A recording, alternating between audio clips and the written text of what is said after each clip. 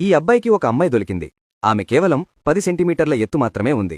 ఆమె మూర్ఛపోతుంది అన్నట్టు ఉండగా మైక్ త్వరగా ఆమెను పట్టుకుని తన జేబులో పెట్టుకుని ఇంటికి తీసుకొచ్చాడు. అతను అమ్మాయిని పాలతో నిండిన గిన్నెలో స్నానం చేయించాడు. తరువాత ఒక టిష్యూ బాక్స్ తీసుకొని దాన్ని ఖాళీ చేసి టవల్ మడిచి ఆమెకు సౌకర్యవంతమైన మంచం తయారుచేశాడు.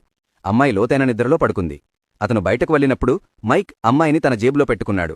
క్లాస్ సమయంలో అమ్మాయి పుస్తకం కింద దాక్కుని అతనికి సహాయం చేస్తూ ఉండేది. స్కూల్ తరువాత మైక్ అమ్మాయిని షాపింగ్కు తీసుకెళ్లాడు. అతను ఆమెకు అందమైన బార్బీ డ్రెస్ కొన్నాడు మరియు రుచికరమైన ఐస్ క్రీం కూడా తీసుకున్నాడు. అమ్మాయికి ఒక అందమైన రుమాలు దొరికింది మరియు ఆమె మైక్తో చెప్పింది అది తనకు డ్రెస్ చేసి ఇవ్వమని. ఆమె రుమాలు మీద పడుకుంది.